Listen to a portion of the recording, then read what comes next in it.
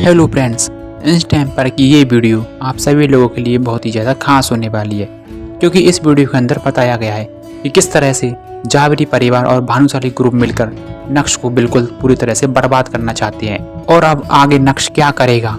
अगर आप लोगों को ये वीडियो पसंद आए तो इस वीडियो को लाइक ज़रूर करें और ऐसी ही वीडियो पाने के लिए हमारे चैनल को सब्सक्राइब और ज्वाइन करना ना भूलें। आपको ये वीडियो कैसी लगी, अपनी राय हमें कमेंट में ज़रूर दें। जब से राहुल बिंद्रा ने जावेरी परिवार के 60% शेयर अनिका के नाम किए थे, उसी दिन से कल्याणी का मूड खराब चल रहा था, क्योंकि कल्याणी इस परिवार की मुखिया थी और उसका कंपैरिजन अनिका के साथ कैसे हो सकता था। लेकिन सोचने वाली बात यह है कि कल्याणी इस मैटर को अब कैसे हैंडल कर सकती थी। अनिका के हाथ से वो 60% शेयर्स निकालना आसान नहीं था।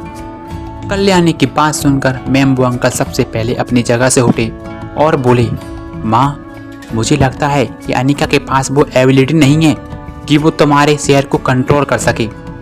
माँ, मेम्बू अंकल बिल्कुल सही कह रहे हैं। अनिका के मामा की वजह से अगर वो कांड नहीं हुआ होता तो आज हमारा परिवार ये दिन नहीं देख रहा होता। मुझे तो लगता है कि मामा और भांजी ने मिलकर राहुल बिंद्रा से हाथ मिलाया है अपने फायदे के लिए। लेकिन अनिका की भी तो जावेरी परिवार की ही मेंबर है, भला वो ऐसा क्यों करेंगे। अगर हमारे परिवार के शेयर उसके हाथ में है तो ये तो अच्छी बात है ना। एटलीस्ट किसी बाहर के आदमी ने ये नहीं सुना। धीमी आवाज में जावेरी परिवार के सभी लोग डिस्कशन करने लगे थे, लेकिन बहुत कम लोग थे जो अनिका का साथ देते हुए नजर आ रहे थे। पास्ट में जो कुछ भी हुआ है, मुझे उस पर अब कोई भी बात नहीं करनी है। मुझे तो ये बताओ कि क्या तुम लोगों के पास ऐसा कोई तरीका है जिससे अनिका के वो 60% शेयर हमारे पास वापस आ सके। ग्लूमी एक्सप्रेशन के साथ कल्याणी ने कह तो दिया। कल्याणी की बात सुनकर जावेरी परिवार के हॉल में बिल्कुल सन्नाटा पसर गया था। अचानक से मेम्बू अंकल के दिमाग में एक आइडिया आया और उनकी आंखों में एक चमक भी आ गई। एक बार फिर से अपनी जगह से उठे और धीमी आवाज में बोले, माँ, मेरे पास एक तरीका है, लेकिन मुझे डर है कि आप अगर उसको एक्सेप्ट नहीं करोगे। क्या तरीका है तुम्हारे पास, मुझे बताओ। कल्याणी के चेहरे पर भी अब पूरी तरह से चमक आ गई थी। अचानक से उसे महसूस हुआ कि मेम्बू अंकल को इतना प्यार करना, इतना सपोर्ट करना बर्बाद नहीं गया है। भले ही मेम्बू अंकल कैसा भी है, लेकिन जरूरत पड़ने पर उसके दिमाग में कुछ ना कुछ आइडिया आता ही है और रास्ता निकाल ही जाता है।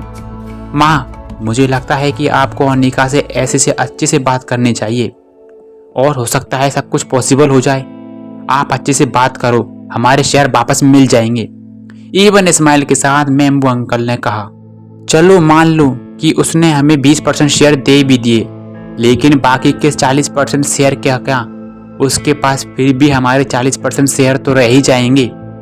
कल्याणी के चेहरे पर डिसअपॉइंटेड दिखाई दे रहा था। मेम्बू अंकल ने कहा, माँ, समझी नहीं, मेरा मतलब ये नहीं है कि अनिका को इक्विटी ट्रांसफर अग्रीमेंट पर साइन करना होगा और साइन करने के बाद हम इक्विटी ट्रांसफर पर एक पीछे नया कागज का टुकड़ा भी लगा सकते हैं। आज की इस भागती दौड़ती जिंदगी में सब कुछ संभव है।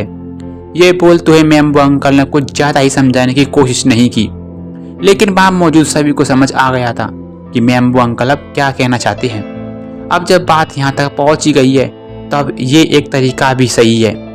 ये बोलते हुए गहरी सांस लेते हुए कल्याणी ने कहा। उसी समय मेम्बू अंकल ने फिर से कहा, माँ, हमें ये नहीं भूलना चाहिए कि राहुल बिंद्रा ने जावेरी परिवार को इम्पोर्ट एक्सपोर्ट कंपनी भी दी है।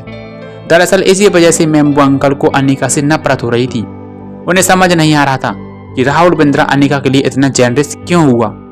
मेम्बू अंकल की बात सुनकर कल्याणी की आंखों में पैसों की चमक आ गई थी। अगर कल्याणी के हाथ में वो शेयर आ गए तो वो कंपनी भी उसकी हो जाएगी और इससे जावेरी परिवार की ताकत अब और भी ज्यादा बढ़ जाएगी। 5 दिन बाद भानुशाली ग्रुप में सीईओ ऑफिस में नक्श टेबल पर रखी हुए डॉक्यूमेंट्स को देख रहा था। आज जैसे ही सुबह शेयर मार्केट खुलेगा, हमारी कंपनी के शेयर्स एकदम से 200% नीचे गिर जाएंगे। सीरियस एक्सप्रेशंस के साथ सेक्रेटरी नंदिता ने कहा, 200%? ये कैसे हो सकता है? इस सब की शुरुआत कैसी हुई है? ये चौंकते हुए नक्श ने डॉक्यूमेंट्स की तरफ देखा और सेक्रेटरी नंदिता से कहा, सर, 3 दिन पहले किसी ने सूरत शहर की इकोनॉमी पर अटैक किया है। सीरियस होते हुए नंदिता ने भी कह दिया। नक्श ने उन डॉक्यूमेंट्स को देखा और उसका चेहरा काफी कठोर हो गया था। इतने कम समय में उन्हें इतने सारे लोग मिल गए थे जो कि हंगामा कर सके, और ये उनके लिए बिल्कुल भी आसान नहीं हुआ होगा। सर, क्या आपको पता भी है कि क्या हुआ है? सरप्राइज होते हुए नंदिता ने कहा। जब से नक्श ने भानुशाली ग्रुप को टेक ओवर किया था, उसने कभी भी CEO की ड्यूटी फुलफिल नहीं की थी। हालांकि सेक्रेटरी नंदिता तो सिर्फ एक एम्प्लॉय थी। ये सब बोलने या बताने की उसमें हिम्मत कहाँ से थी? हालांकि सूरत शहर के बड़े बड़े रईस लोगों ने भी इस मैटर पर इन्वेस्टिगेशन करने के लिए अपने लोगों को भेजा, लेकिन किसी को भी सोर्स का पता तो नहीं चल सका था। नंदिता ने भी कभी नहीं सोचा था कि नक्श जो पूरे दिन इस पर बैठा रहता है, उसे इस मैटर के बारे में कुछ भी पता होगा। तुम फर्स्ट फ्लोर पर जाओ और मेरा वहीं पर इंतजार करो। मुझसे मिलने कुछ लोग आने वाले हैं, शांत अंदाज में नक्श ने कहा। जी सर, क्योंकि नक्श अब उसके आगे कुछ भी नहीं कह सकता, इसलिए नंदिता ने भी उससे कुछ भी पूछने की हिम्मत नहीं की थी। नंदिता के बाहर से जाने के बाद नक्श ने जोर से अपना हाथ टेबल पर मारा और कॉल करने के लिए अपना फ़ोन बाहर निकाला। हेलो नक्श, क्या बात है? फ़ोन की दूसरी तरफ से दर्पण भानुशाली की कड़क आवाज़ सुनाई दी। चाचू, अब आगे चीज़ें बहुत आगे पहुंच गई हैं, तो आपको मुझसे कुछ भी नहीं छुपाना चाहिए। क्यों, सही कहा ना? कहीं ना कहीं बाकी लोगों को इस सोर्स के बारे में पता नहीं हो, लेकिन नक्श को पता ना चले, ऐसा हो सकता है क्या? 10 सेकंड के अंदर दर्पण भानुशाली बिल्कुल खामोश रहे और उसके बाद बोला, हाँ सही कहा, ये सब परिवार ने किया है। क्यों, किस लिए? ग्रस्त हुए नक्श ने अपने चाचू से पूछा। उसे वाकई में नहीं पता था। नक्श, क्या तुम्हें नहीं पता? कड़क अंदाज में दर्पण ने भी कहा। तुम्हारे परफॉर्मेंस से परिवार के सभी लोग खुश तो है ना?